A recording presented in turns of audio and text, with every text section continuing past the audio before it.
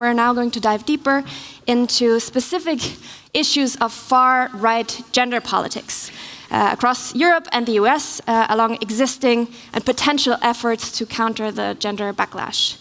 And to tell you more about the purpose of this panel, the intention of it, and the framing of this subject, please welcome the moderator of this panel, who's also going to introduce the panelists, Philippe Ayoub. He's the professor in the Department of Political Science at the University College London, and the author of 3 books, including When States Come Out, Europe's Sexual Minorities and the Politics of Visibility, and he's the editor of the European Journal of Politics and Gender. So with that, Philippe, hi, welcome. Thank you so much. This is so American. Thank you so much for being here, and it's such an honor to be here. I have to say I came to this with a bit of a heavy heart, reading the news from Palestine every morning and also reading over the notes about my quite depressing book, which I was asked to talk about, which I always dislike speaking about because it's been quite a slog for the last years working on this project, and it's a really difficult topic for me personally also. At the same time, I have found a lot of inspiration here already, and I'm really following the instruction to also find joy here with this community. It's been really special, and I'm really looking forward also to learning from my co-panelists in a moment that I'll be inviting in 10 minutes. I was asked to give a quick 10-minute introduction, a little overview about the topic and the book that I wrote. I think maybe I can get my slides up here. Is there? Well, I'll start while that's working. But my co-author and I, Christina Stöckel, have been working on a book called "The Global Fight Against LGBTI Rights," and it does set up the theme, for this panel, which is countering the gender backlash. And this will help talk about briefly, for 10 minutes, what the gender backlash is, and it follows really nicely with Miriam's wonderful presentation just now. There's a lot of overlaps and synergies there. And basically, how this book came about, I had been working on a project that had looked at how LGBTIQ activists had been working transnationally across borders to basically make societies more inclusive in many different places, and how these transnational tools had led to exciting developments in many parts of the world. While I was finishing that book, we had observed that a lot of the anti-gender activists were starting to use many of those same tools, which came as a bit of a surprise because a lot of them had deeply rooted national ideologies that might have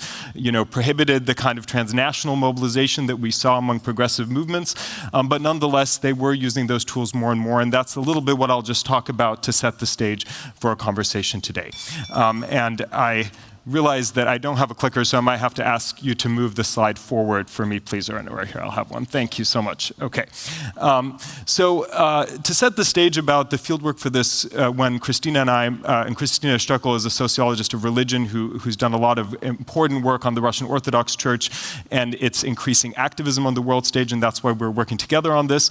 And to set the stage in 2016, I was in Nicosia at a conference called Reclaiming Family Values, and by the name of that conference, you might think that it was a more conservative organization. It was actually a gathering of LGBTIQ activists who were talking about how do we, take the wind out of the sails of our oppositions who are accusing us of ruining the family.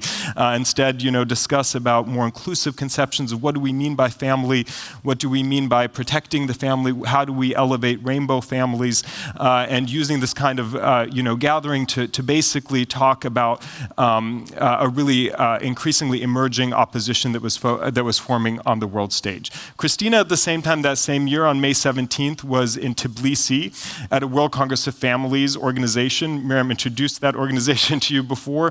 And on May 17th, which many of us might know as the International Day Against Homo, Bi, and Transphobia, by decree of the Patriarch in Georgia, it was renamed to Family Day. And there, in fact, they were talking about, the issue of the traditional family.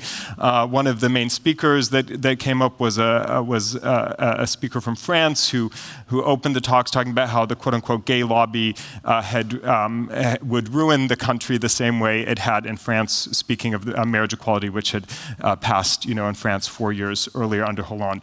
And so this kind of parallel with transnational gatherings, bringing activists from all over the world together, are happening on both sides of the movement, and that led to an argument that we develop in the book that we see that the resistances to rights around sexual orientation and gender identity and gender broadly have employed in the last 15 years or so increasingly more of the transnational tools, tools that also garnered women and LGBTQ people their widespread recognition.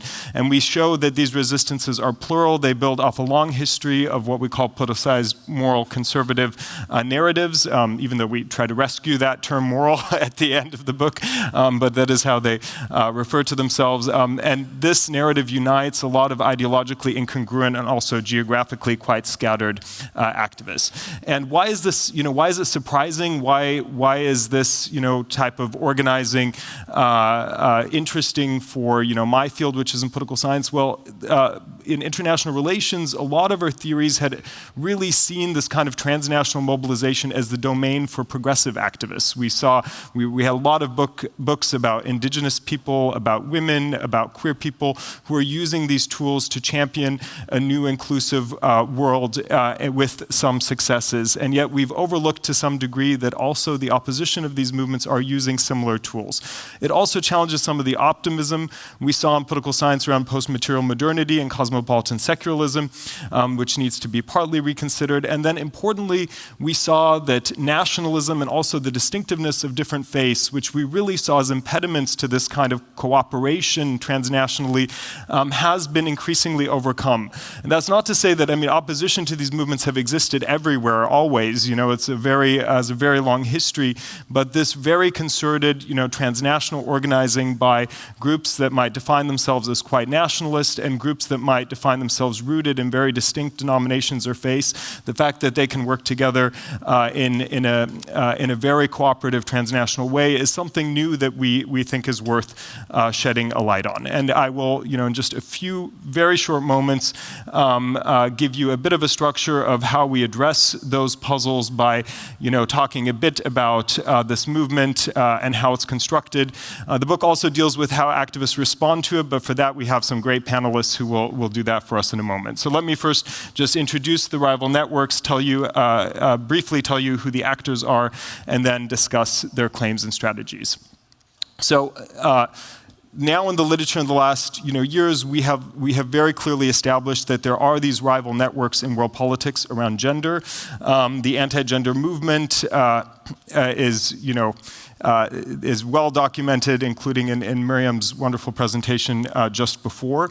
And what this means that there are two movements. This changes how we think in international relations about the process of human rights promotion, where we had thought of a boomerang or a spiral model, and those models meant that you had progressive activists working, using international tools, and then they would meet their resistance in the domestic sphere, and sometimes they would also circumvent that resistance in the domestic sphere to work with like-minded actors from other countries to use international organizations to pressure change.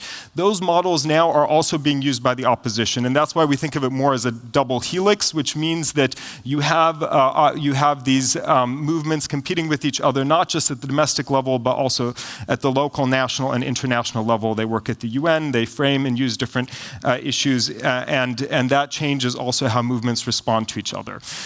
Next, these actors, they are transnationally linked anti-gender movement actors. They comprise groups like the International Organization for the Family, Citizen Go, which is a digital platform founded in Spain that boasts some 12 million members, that disseminates a lot of issues and petitions around this movement.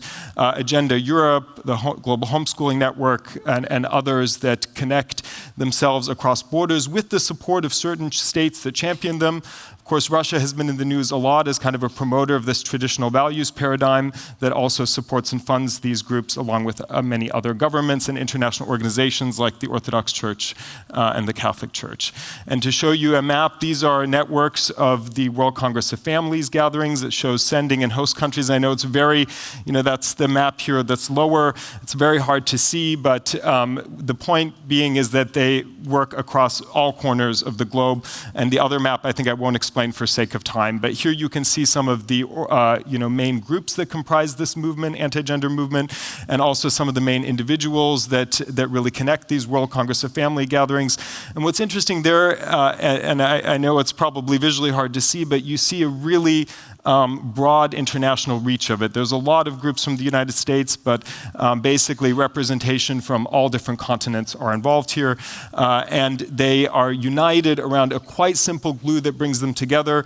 That is basically a perceived threat around so-called gender ideology, which views gender as a, I quote, ideological matrix of a set of abhorred ethical and social reforms, namely around sexual and reproductive rights, same-sex marriage and adoption, new reproductive technology, sex education, gender mainstreaming, protection against gender violence and others, and of course concern with an opposition to gender recognition and trans people's rights. And these are, this is some of the iconography of these campaigns that use this anti-gender ideology message, from a petition concerning the indoctrination of LGBTQ people. This is targeted towards a German audience, but the petition exists, targeting 14 different languages. And then also a new kind of symbolism of trying to mimic, there was actually a concerted conversation around this to say we need a rainbow flag that represents our movement. And so this is the Natural Families flag. I'm not sure if it's really taking off, but it's their attempts to use this kind of symbolism. Anyways, I will stop now, and I have the great honor of introducing a set of 3 speakers that I will invite to join us on stage now.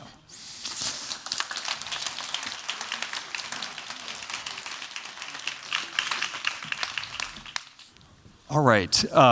It's a great honor to introduce these wonderful panelists with me today, and we're going to talk about work that all of them are doing in their respective contexts to counter part of this anti-gender narrative that I've just tried to introduce and the movement behind it. Here to my left, we have Magda Pohetz, who's a feminist and resource justice activist who co-founded the Feminist Fund in Poland, and also, which is a community-led, trust-based participatory grant maker supporting grassroots organizers in Poland, and Magda uses she, her pronouns.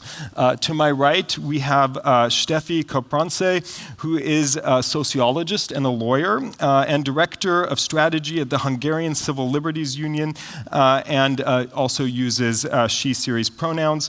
And then furthest away from me, we have Nim Ralph, who is a UK-based trans writer, educator, and activist, and who is leading important campaigns around queer and trans liberation in the United Kingdom, which is increasingly facing a very hostile climate around transphobia. And Nim uses they, them pronouns. And again, my name is Philip Ayub, and I use he, him pronouns. All right, let's go ahead and get started now. I'd like to open first by setting the stage, or asking you to set a stage a little bit and consider, what kind of language are far-right actors deploying around gender and sexual orientation and gender identity in your respective countries, and also, thinking a bit about who is this language geared to, who is it appealing to, and I'll kick it off, with Magda and then Steffi, who've both been working in contexts, Poland and Hungary respectively, that are increasingly defined by democratic backsliding, where many of these narratives have been used, as Miriam explained, also being deployed extensively by the state. We get to acknowledge, which we'll come to later, that Magda's in a context that now has a bit of a positive political change happened very recently, but for now we'll talk about your work, Magda, in the context that came before. So can I turn it over to you? Sure, thank you. Let me just start by really appreciating this panel and this interdisciplinary space. I really love the fact that this is inclusive of both people from academia and people like us, social change practitioners. I deeply believe this is so important to join forces and combine these 2 perspectives to effectively combat all the threats that the anti-gender backlash creates for all of us. And yes, you're right. Being placed in Poland, I'm quite familiar with what living under anti-gender and in fact anti-democratic ruling looks like or might look like. And I still believe Poland is a very interesting, for me also personally fascinating case, a very peculiar example. And yes, for the last past 8 years, the far-right fundamentalist Law and Justice Party has done a number of stuff, and I will just list it, just to set the context a bit also. So they basically embarked on the project to dismantle democracy in Poland, and they were following the example of countries like Hungary in the region, but they will not succeed, hopefully.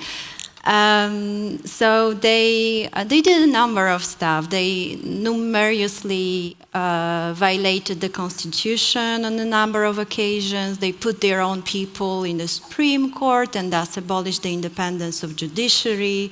3 years ago, they introduced a nearly total ban on abortion, which resulted in a few official death cases, women dying in public hospitals. It was completely avoidable.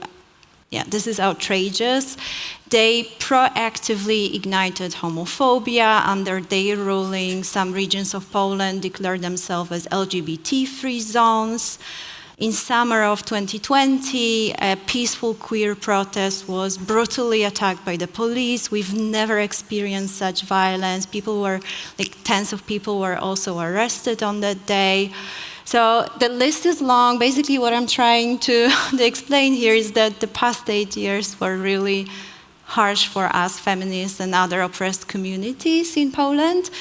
And obviously, the context was super hostile for women's human rights defenders, feminist activists, progressive social movements, and people vulnerable to discrimination. But what I want to highlight is that it's not only law and justice to be blamed, because Poland was already lagging behind before they were elected in 2015 and then re-elected in 2019, because the previous political elite was completely detached from constituencies they serve. They fail to address dire social and economic needs of a large proportion of the society, like people in rural areas, people in economically disadvantaged positions, which ultimately opened the door for these authoritarian forces to take over and embark on this project to install an authoritarian state. And you asked me to whom it appeals, right? So I would just use the example from last elections, this October 15th. I find the data pretty disturbing, and it relates to the youngest group of voters, young women and men, and people of all genders, but I have statistics for male and female. And it turns out that young men, 26% of them, mainly voted for even more extreme, actually fascist party called Konfederacja. And because of their votes, this party made it to the parliament with the overall support of 7%. At the same time, young women, they mainly voted for the left wing. 23% of them voted for the left wing. We had a huge gender discrepancy here. I wonder what does it mean for the future of my country, but what I see is that definitely the young generation of women, they want gender justice, they support feminist demands. At the same time, men are opposing this revolution. And yes, but just one more thing. I already know I have to pass the mic and hear my amazing colleagues. Despite all that I have just said, I just want to emphasize that the past 8 years wasn't only that bleak. It's true that the political scene was completely occupied by the far right wing, but at the same time, civil society was organizing, mobilizing for change, which also materialized, I believe, on October 15th, with the record turnout at the elections of 74%, which I think is quite remarkable and amazing.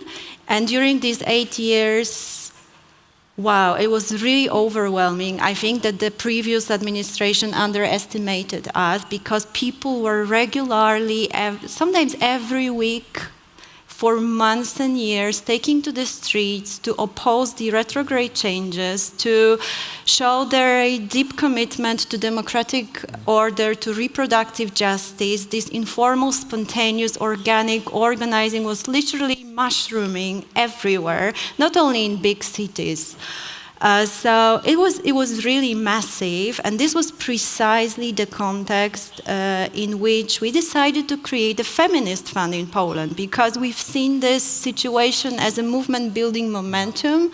We were thinking how to translate this, this civic energy that was released into something lasting, into something impactful. And yes, since then, since 2019, we've supported over 260 various feminist initiatives and collectives.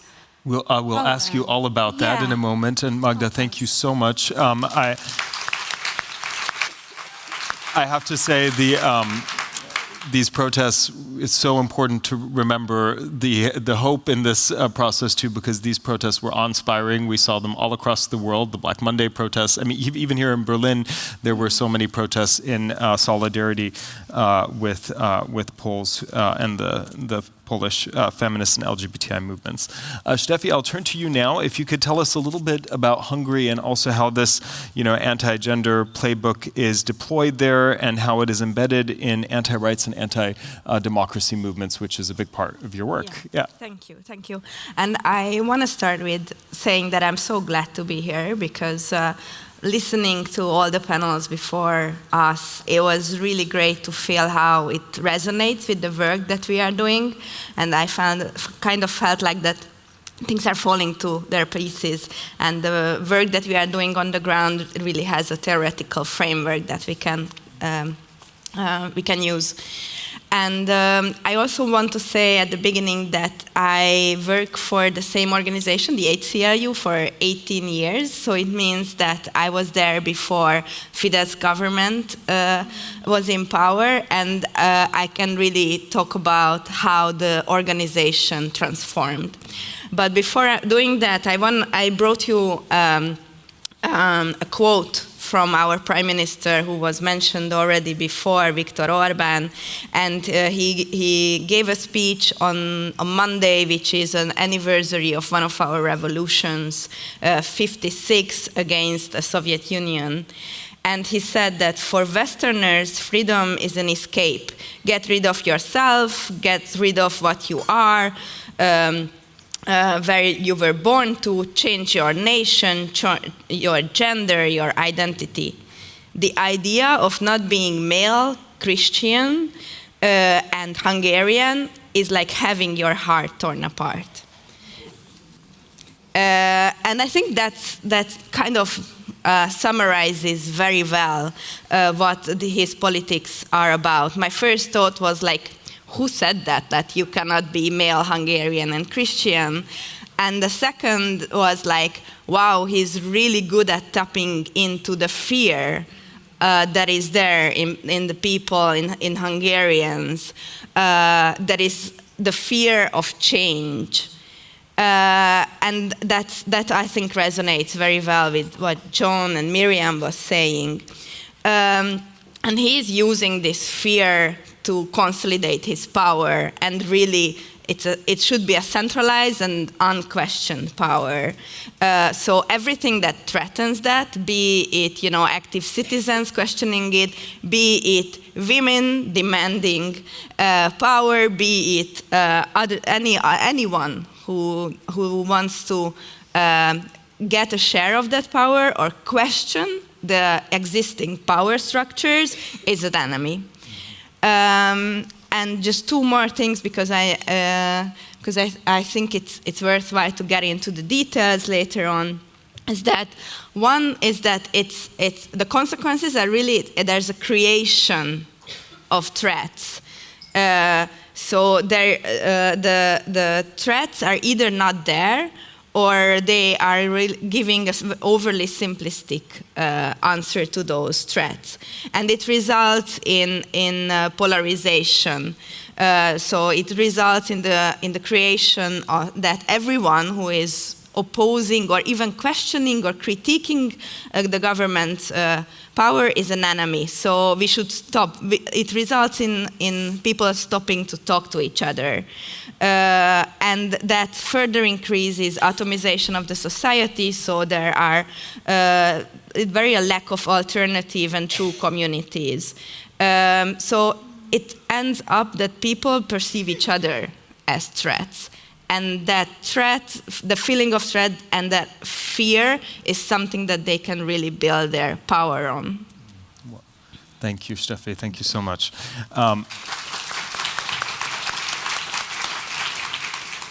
Nim, I'd like to turn to you now and talk about your work in the UK. We know that these anti-gender discourses have also found appeal among a fractured left, including in some spaces within feminism, and I was hoping that you might be able to share a little bit about that context with us. Thanks. Yeah, of course. So I would go as far as to say that the current wave of anti-trans politics and rhetoric in the UK kicked off in 2016-17 in leftist and feminist spaces. And it was a reaction to, I'll be brief, I won't go into it all for time, but an opening into the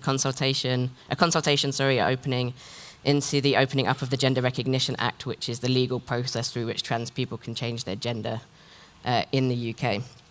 And it galvanized probably the fastest feminist mobilization in my lifetime in the UK.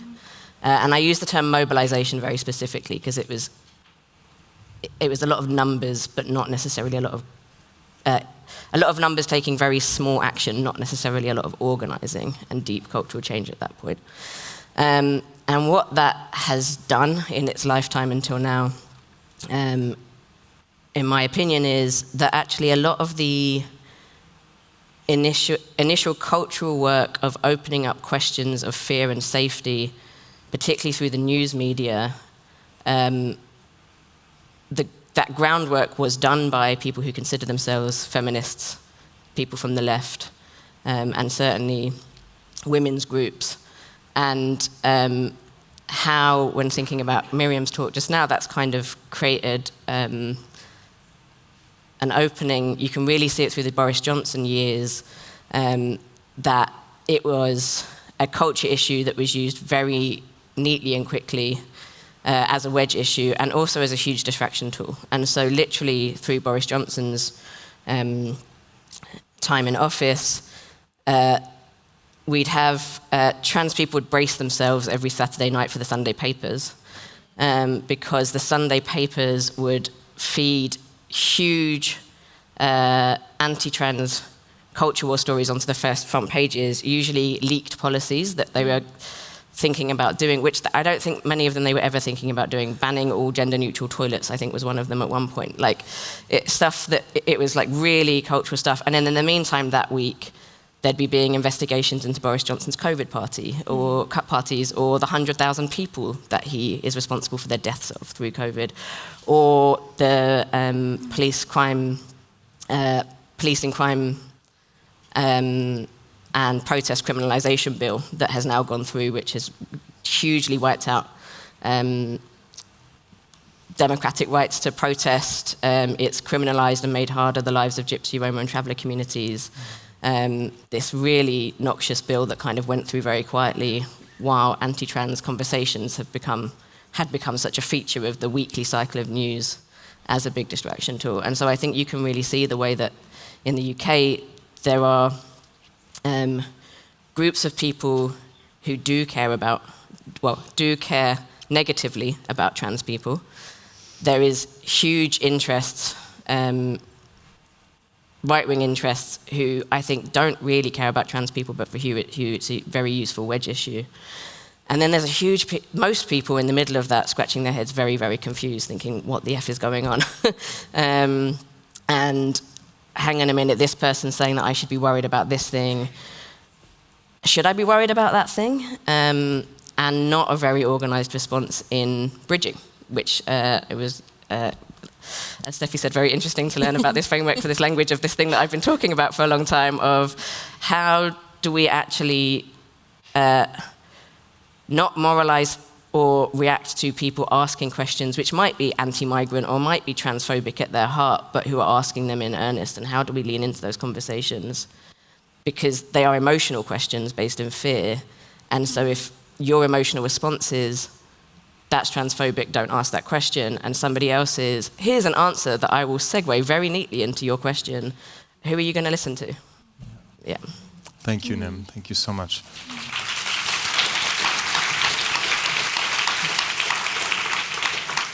Having moved to the UK myself just a year ago, I really share some of your experiences in the or I don't share the experiences, but I've come to find it, really shocking the degree to, and heartbreaking the degree to which transphobia is politicized, and I think it's something we have to think about very carefully intersectionally as we talk about these conversations around gender, anti-gender politics as we move forward.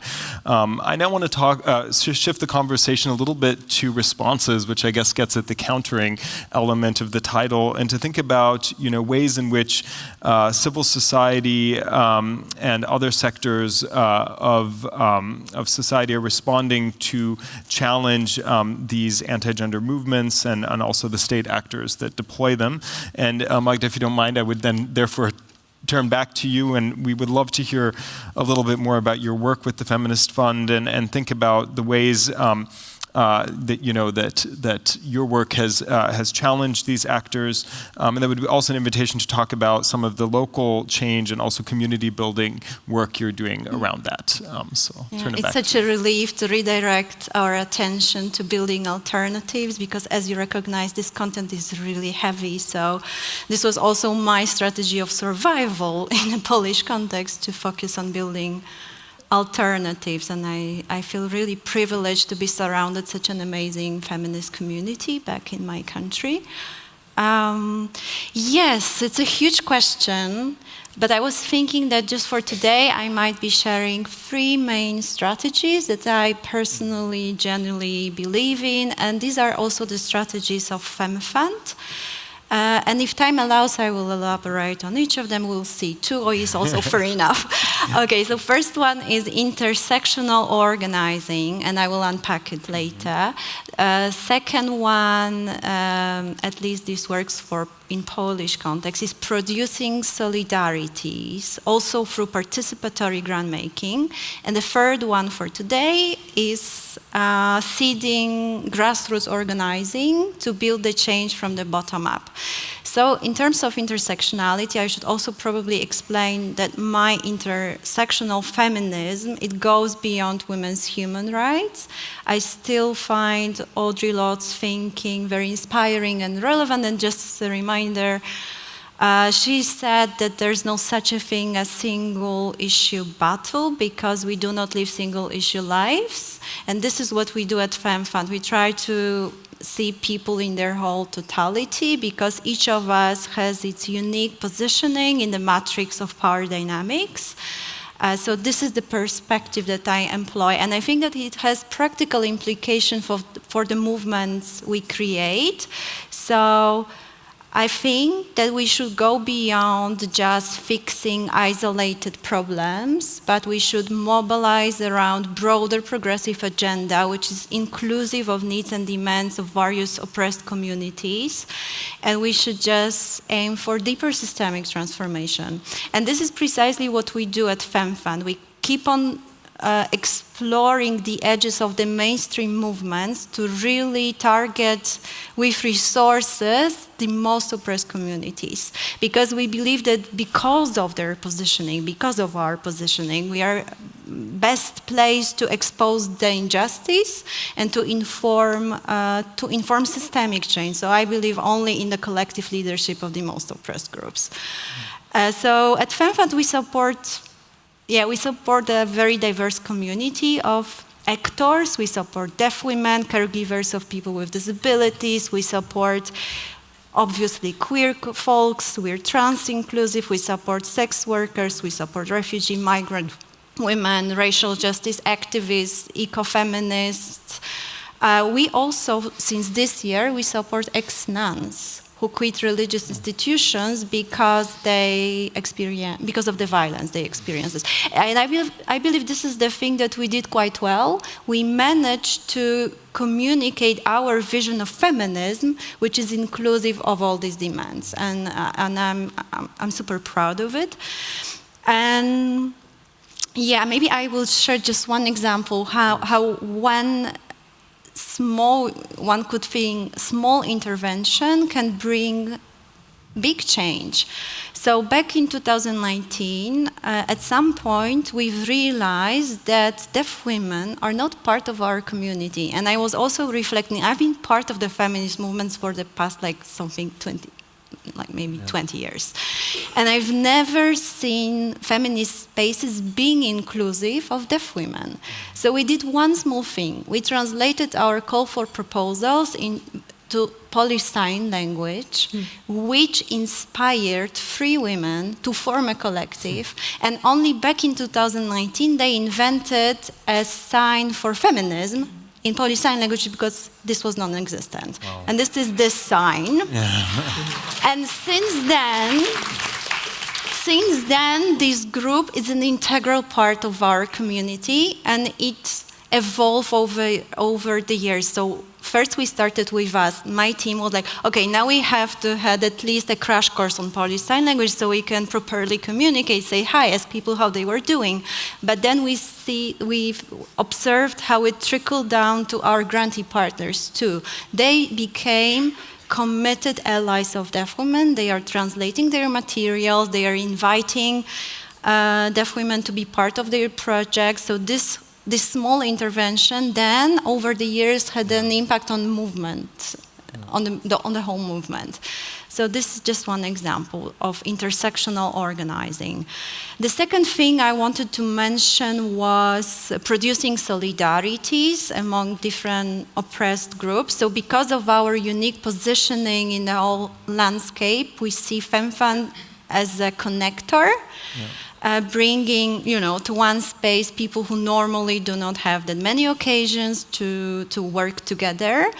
And we also see how participatory grant making, what kind of difference it makes. Just a small explanation. In our grant making, we delegate the decision-making power on where the funding goes in the hands of feminist activists. So when you apply for funding, you also co-decide about where the money goes. This is a powerful power-shifting mechanism, but not only. And there are many implications of it. This really empowers individual persons. I remember one person telling me, I've been part of the movement since early 90s, and no one ever requested my opinion on funding decisions. And this is such a waste of expertise. But this is a massive peer learning experience for all of us. And I remember one group telling me, it was a group of elderly women in a village. And literally in this village there were only old women because the young population left to cities for better economic opportunities. So they applied for funding. I think they found out about it on Facebook, and they were telling me, okay, we've read the other proposals. They are so interesting. We have to confess we needed to Google some stuff. We needed to Google the term queer. This is fascinating. Now we want to meet people behind these proposals because we want to be of service to this community. So there are numerous beautiful examples on how this works in practice, shifting. It's like moving from competition really to solidarity, and there were even groups telling us, okay, we won't accept this funding because we've read the proposal of women with disabilities. We had no idea what kind of barriers they face, also in terms of accessing funding, so we are stepping back. We are based in big cities, we have other opportunities. So this is how producing solidarities can look like in practice. And the final thing is seeding grassroots organizing. And in my work, a lot of times I see how local change remains undervalued. It's like, one example somewhere. But I think it's such a strategic thing to do, especially in a hostile context like Poland and Hungary, when there's literally zero chance for any systemic advancement of rights. So what we do, we really try to spend money at community level. We do microgrants too. And people ask us, why do you continue to do it? This is so labor intensive. It's such a relatively small portion of money, but it's so much work. But we do it because this is so much worth it. It means loads for communities. This delivers very deep, tangible change. And when you amplify it by 1,000 locations, you see that you're building the ground for the bottom-up change. And in my opinion, any systemic change, be it legislation or policy, oftentimes, it's really entangled in this top-down approach. That's why some of the victories, like reproductive justice victories, sometimes they are easily taken away from us because this is more transactional, not like internalized by communities. That's why I believe in, this is my strategy, to invest all of my energy to work with communities. Well, thank you, Magda.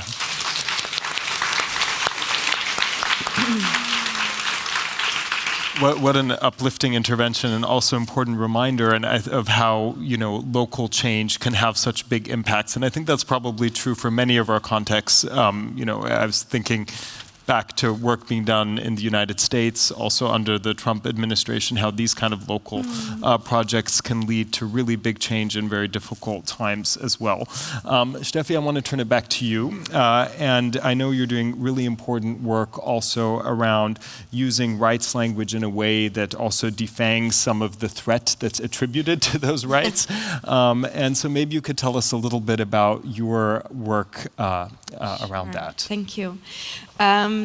So when it all started, and when it started to look really grim in Hungary, and also especially for civil society, it was around 2013 when it was the first time that we were accused of being foreign agents and working against the interest of the country. And one thing that I think we did right back then is that we didn't resort to a complete defense mode, but we actually had the capacity to ask ourselves, so what are they right about? If there's anything that requires self-reflection on our part. And through a lot of internal discussions within the organization, but also with other civil society groups, we realized that there's kind of a discrepancy between the narratives and the issues that we took upon that originated from the States, frankly, because our organization was modeled after the American Civil Liberties Union. And there was this discrepancy between our sort of elite discussion and the lived experience of people. And this realization is one thing that we build a lot on. And the other thing is that we also asked ourselves, so who are the Hungarians? What do they really think about? And whenever I go abroad and I say that I'm from Hungary, everyone says, I'm sorry, it must be such a terrible place. And I always have the urge to say that, no, it's not that bad. People are not that bad. And it's true, because people are really complex. And people have different values, different fears and hopes. And understanding the complexity, what people believe, I think it's really crucial when you want to talk to them. So building on these two realization and work, there is at least two things that we changed in our organization. One is how we talk about the issues that we stand for, how we are building a narrative. First of all, it's much more value-based than it was before, but what I think is really critical about it, that it invites discussion. So I give you one example. We have a T-shirt, it's used for merchandise, that says szabad, which means free in Hungarian. And it, as in English, it can have many different interpretations. And when we introduced that T-shirt, we asked celebrities to wear it and say what it means for them. And that's what I love about this T-shirt. It doesn't have a logo, it's not branded at all, but it became sort of this revolutionary gear that whenever you go to a protest, a lot of people are in these szabad or free T-shirts, and I think it's because they can fill it with the meaning. So it's not something prescribed to them. And in similar vein, speaking about narratives, I think it's really important. We are from Eastern Europe, and in Eastern Europe there is this sense that, you know, nothing worth anything, it's hopeless, everything is already decided, you have no way to influence it. It's tradition, it's historical, I think it comes from the years of being oppressed, but this is something that can be changed because all the stories are about how we failed at the revolution, how everything doesn't work out. So we decided that we want to kind of shift that narrative and show stories of people that talk to that it is possible. You as a single person or you few as a group can actually change things. And that's why we founded an award 5 years ago that celebrates these everyday heroes or active citizens. And we put them on a stage, we give them coaching, and they tell their stories. And it's great because the media loves it, because these are personal stories, so they get widely reported in the press. It's great also because these people learn how to speak about their issues in an effective way, so they can use it in their work as well. And third, it's great because finally they get the applause on the stage that they all deserve. And finally, the other or the third thing that we really changed is that we decided that we want to listen much more to what people care about. And how do you do that? You go there where people are. So we decided that we will set up offices outside of the capital, Budapest. So we set up already 3 offices in big cities still, but they are there, they are permanent, and from the very start, it was our intention that we're gonna change our strategy, we're gonna change the issues we work on based on what we are hearing. So we opened free legal aid, and people could come and talk to us about the legal issues that they are concerned about.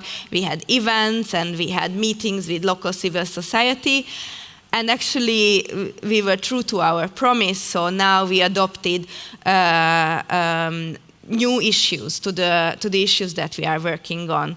So we are shifted our focus towards access to social services, access to healthcare, and we are creating materials to help people to know their rights. And this is coming from the belief, and this is my final point, that actually, if you show people that rights can actually serve them in their everyday life, if they can really feel it on their skin that this is something for them, we believe that they will be more willing to protect those rights when it comes to others as well. Wonderful. Thank you.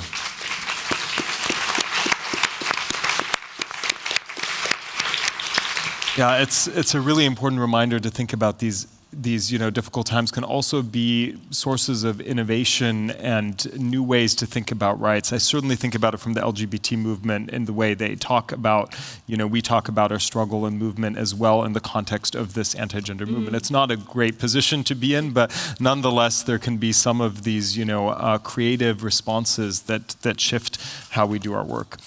Nim, I want to go back to you now to think about, what strategies trans activists are deploying employing against some of those arguments that you spoke about originally. And as you pointed about before, which I think is a very true point, is it's not really about us, but it's about something else. But it is some of these simple narratives are having an effect in many different spaces, including ones that we wouldn't think of them taking root. So what are some of your strategies?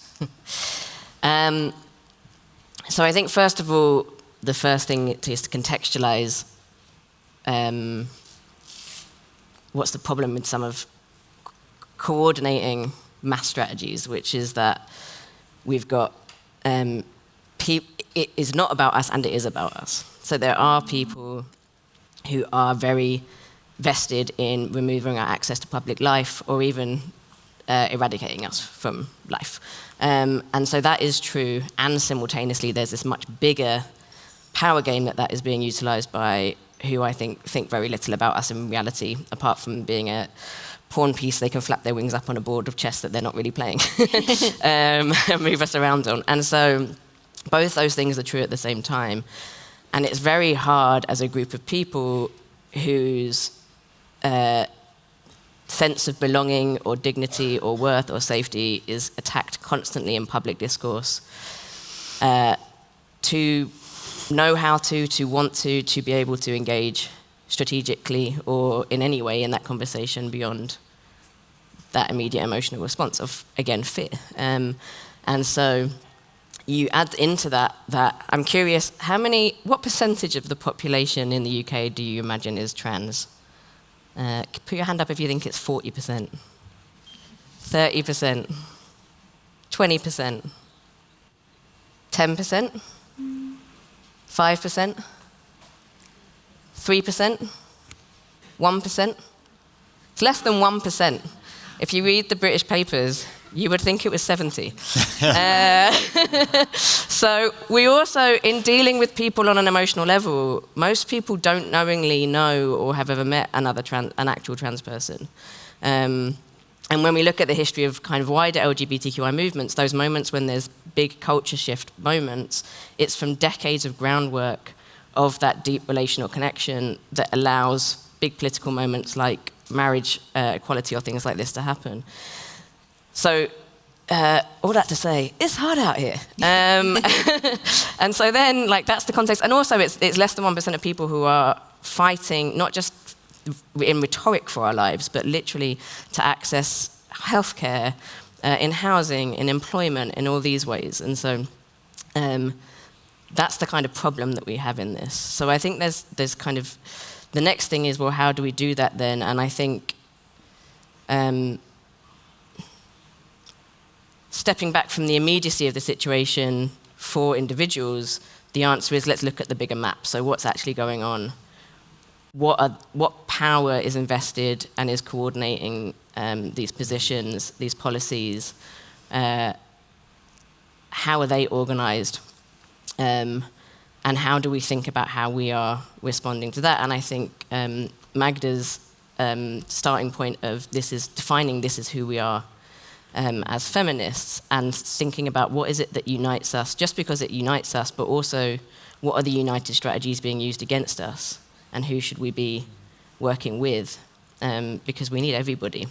And I think when you take that step back and you realize that actually all of our struggles are connected by bodily autonomy, whether we're talking about abortion rights, trans rights, disability rights, whether we're talking about anti-black policies and politics, racialized anti-migrant politics, like there's a thread there of bodily autonomy that is part of this that unites us all. There's a thread of population control, and in a bigger sense, there's also, when you kind of pull back the curtain on a lot of this stuff, it's really about extractivism. And then we can kind of see how it's all connected with the planet as well, is that it's actually about the extractivism of resources from planet and from bodies, and whose bodies are deemed worthy or useful in which ways to extract which kinds of labor and produce from. When you start to kind of pull back all these layers and you get to the like, that I think it then becomes easier to work back down again, because we can organize ourselves in solidarity with each other that recognizes the difference and the ways that power manifests differently, but also you start to see that it's the same three messages that they use a lot of the time. And those things start to become a lot easier. What I think they're very good at in their messaging is being, I think, one of the ways that messaging is very effective is it's simple. And I think that what right-wing, populist, etc., power holders do very well is that they simplify it by speaking, or at least I'll say in the UK and I think the US, post-Thatcher and Reaganism, is they speak to a you. So it's all very individual. It's not actually about us, it's about you. Who's going to look after you? Where are you going to get a job? And I think our power, rhetorically speaking, is in creating a much more powerful us. And that's how we simplify the messages without getting into the... it was the thing that was said earlier that I thought was really great of... oh God, my brain's just gone totally blank. It's gone out of my head. It will come back to me. But that simplification of message, which is about the us, which... it was data. It was the... we don't create faith by facts. We create it by miracles. And that storytelling, making collective storytelling through the us that unites us, I think, is really important. And I think that's very rhetorical. In the practice, I think some of the ways that I have been doing that is by working behind the scenes with lots of different public and civil society bodies and academics, and to kind of further this work, whether that's the NHS or Citizens Advice or different spaces, to help people understand what's going on and how to answer some of those questions and think about gender in different and pragmatic ways in the areas that they're in when they're interacting with gender diverse people and everybody else. And that works if it works at scale.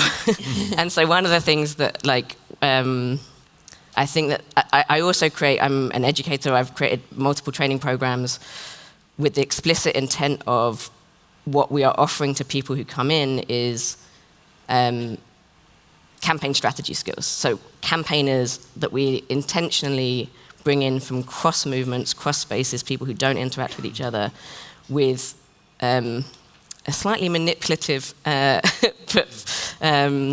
intentional goal of having those people in a room together to build relationships and to actually focus on relationality, cross-movement relationality and strategizing, while we do also do the thing of campaign skills and strategy in the process. And the reason that I think those two things are important is because I think John said before, like, most of us aren't in the state. We don't have that level of power. We have the power we have in our immediacy and the things around us. So if you've got two more nurses who understand the specific needs of different trans people coming through the doors, that's really important. Because it means that we're actually building a movement where we can kill them with a death of 1,000 paper cuts because we don't have a jackhammer. and so that's, I think, some of the strategy. Wonderful. Thank you, Nim.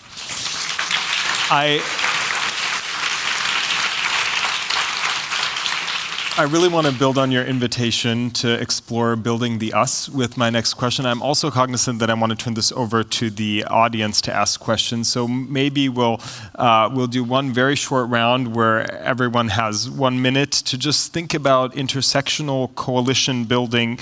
And, you know, we've already talked about how some of the issues we're talking about are also used as wedge issues. We also have contexts where homo-nationalism and femo-nationalism are used as arguments to exclude migrants and other people, and how do we go about that in our work?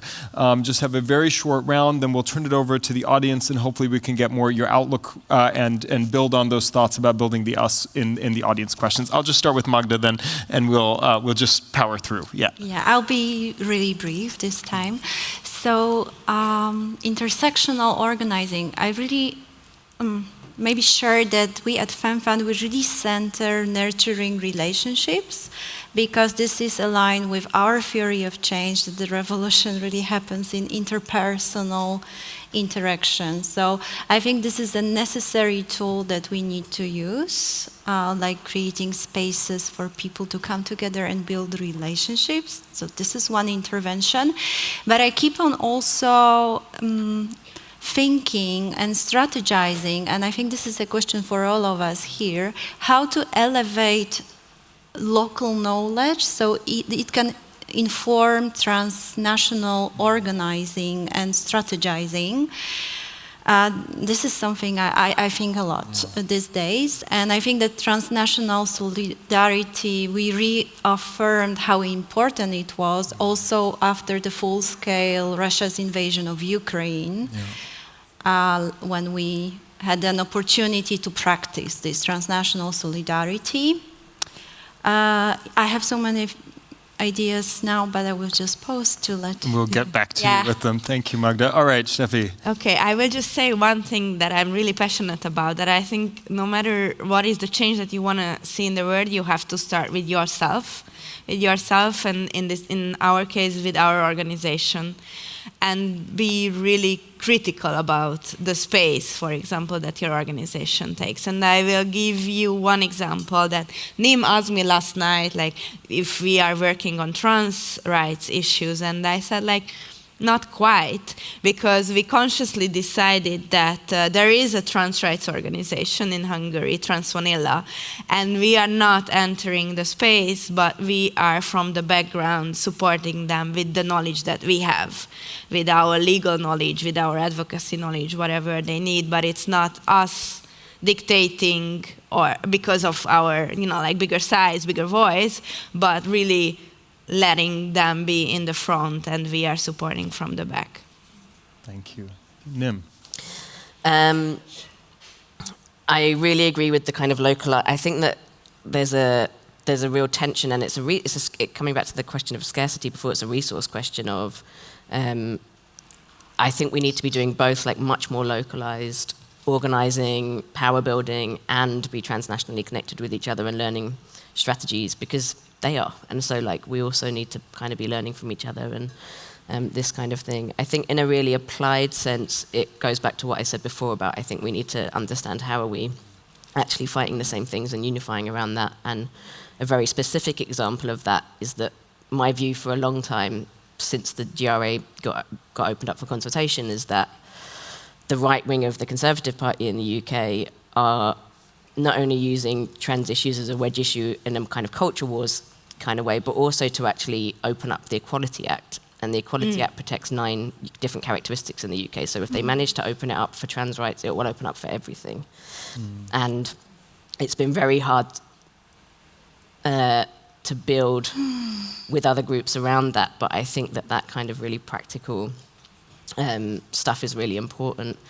Transnationally, I've learned loads and work a lot with different trans activists around the world, and kind of contrasting and comparing what's going on, and often finding that the flavor of it might be different in different places, but the recipe is the same. And so how do you kind of learn from those strategies? For example, I spent a lot of time talking with trans activists in Vancouver in Canada, where they had anti-trans feminist mobilizations 15, 20 years ago now, and broadly at that point in time kind of, I'm going to say, I hate this word, but in this set it's too reductive, but won. And so we went to learn from them about what strategies they used. And it was really useful to get insights into things like actually teachers are really useful mouthpieces in this time when you need trusted public voices who, when what happens in the narrative is a weaponization of women and children's safety, who's responsible for children's safety in the world aside from parents and caregivers? It's teachers. And so who often see the impact of anti-trans policies directly on the children. And so, learning really tactical things from each other is also really helpful. Thank you. There's one last thing that slipped my mind. Okay, very briefly. Yeah. One sentence. Okay. But this really derives from our experience at FemFund. As you've heard, we create a very diverse community. So what we keep on learning, and we need to continue to learn this, how do we hold this courageous space which can embrace the difference? How do we navigate the tensions? How do we shift from seeing tensions as something that jeopardizes us, but rather see it as a massive learning experience that makes us stronger? I think this is also important for this. It's a great point. We could keep going so much more with these rich contributions. I'm not going to thank you yet because we have 15 minutes left. Let's turn it over to the floor. Yeah. All right. Let's go here to the third row back in the corner. Oh, you, yes, you. Yeah.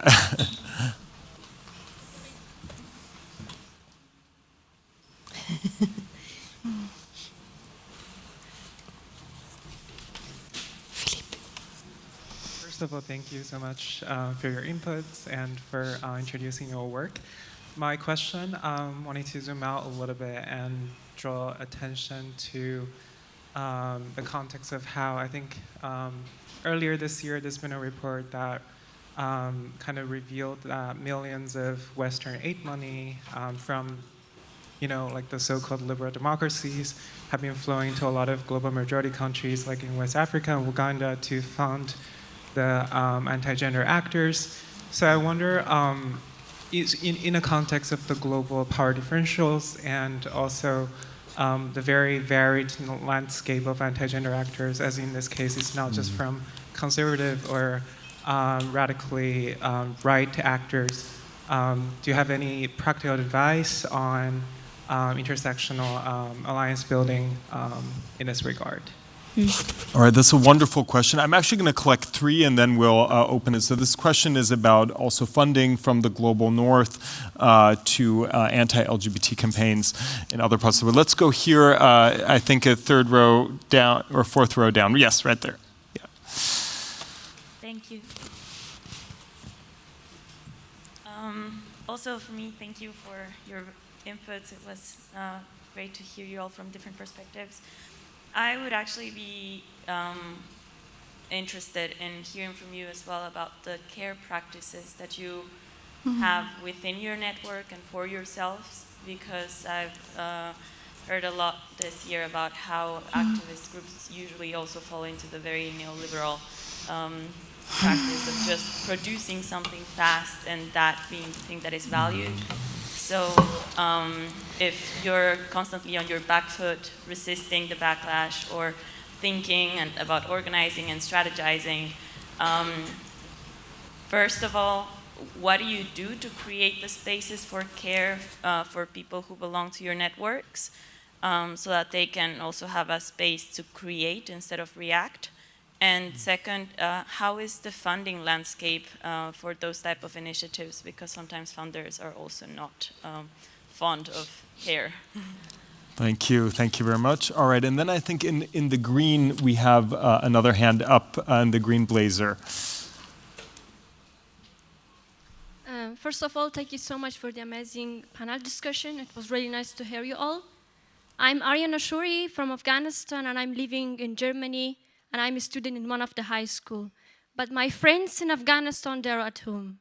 I really want to know why the feminist international movement and the government with so-called feminist foreign policies allowed Taliban to do all this. Because Afghanistan is probably one of the biggest attacks on women and girls. Why is the world so silent? Thank you.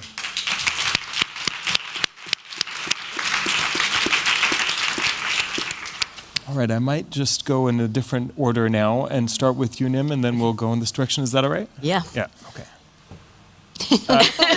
We had questions about funding of anti-LGBT politics in Africa, care work, and women and girls in Afghanistan. I think in terms of your question, the thing that came to... I'll say I don't think that like I'm unique. I don't think I'm qualified to answer most of these questions. I'll be really honest. So I can tell you what I think and what I do in those situations, which is, I think for me it's about relationship building and resource movement. And so, what resources can I move to who in different areas to like bridge autonomy. And move things to where it needs to be so that people can fight back on their own terms, in their own contexts, and build relationships so that when there is a more specific ask, there's somebody to ask for it from.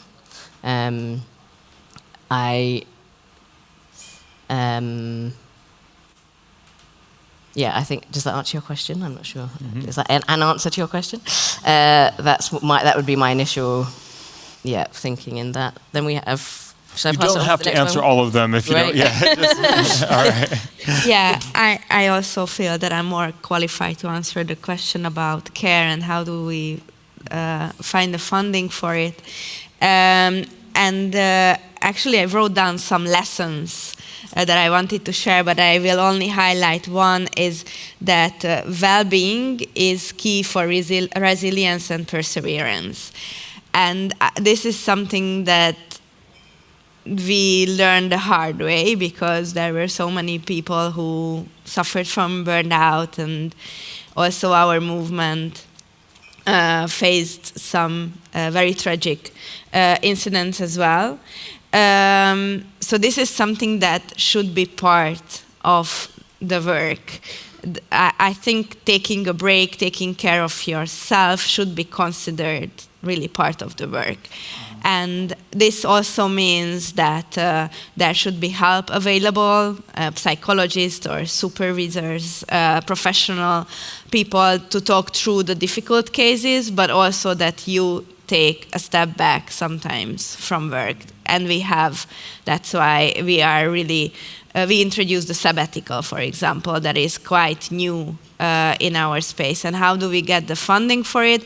Actually, this is something that I think is in relation, more and more funders actually, I think, understand this.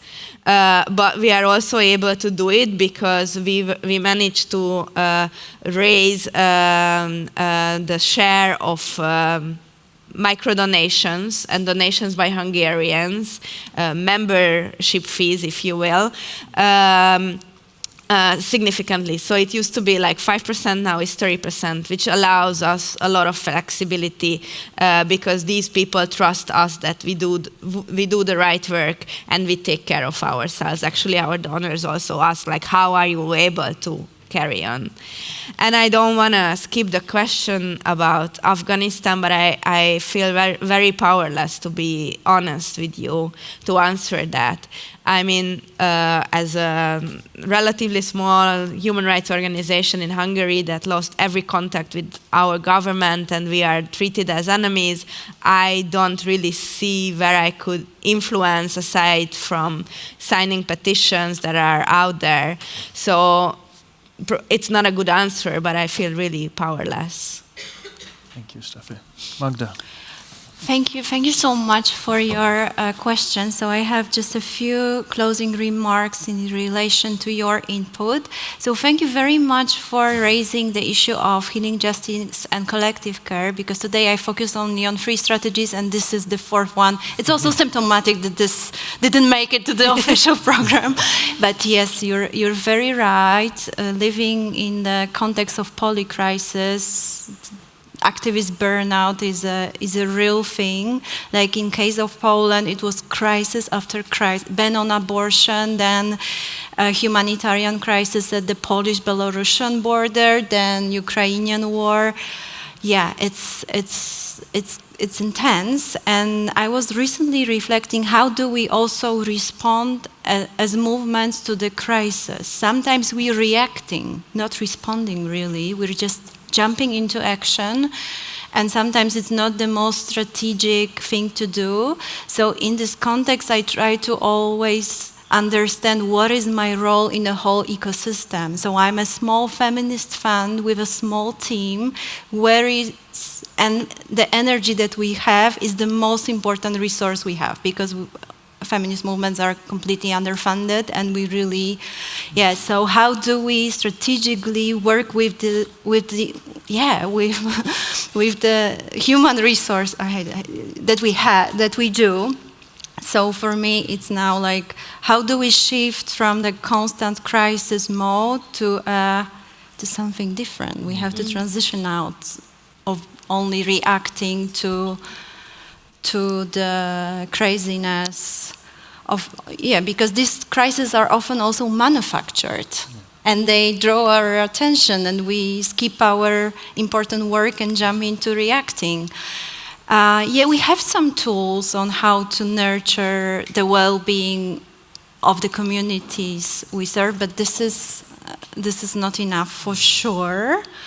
Although I totally think that transforming the culture of organizing is one of the key strategies. It's not only where we go, but how we do it. It's already, we can already make a change by shifting the way we do stuff.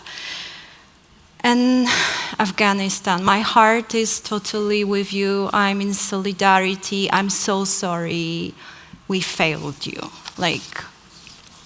This has to be admitted. It's like the whole international community has failed women in Afghanistan.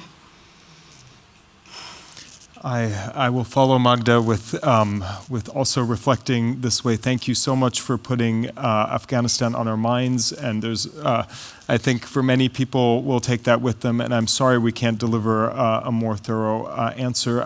We need to wrap. I will just reflect briefly on the funding question in the Global South. That yes, I think your question is talking about a true reality that many of the organizations also that I addressed at the beginning have shifted their focus. A lot of these were warriors against marriage equality and other issues in the global north, and have been doing more and more work in other countries and writing bills and funding them. And it does explain a big part of the draconian wave of anti-LGBT legislation. And there's a lot of, unfortunately, a lot of money behind it that folks are trying to track. Also, even systematically with IRS funding receipts and things where you can see that. So your intuition is correct there. Thank you all for your audience. Thank you to my wonderful panelists for this really great session.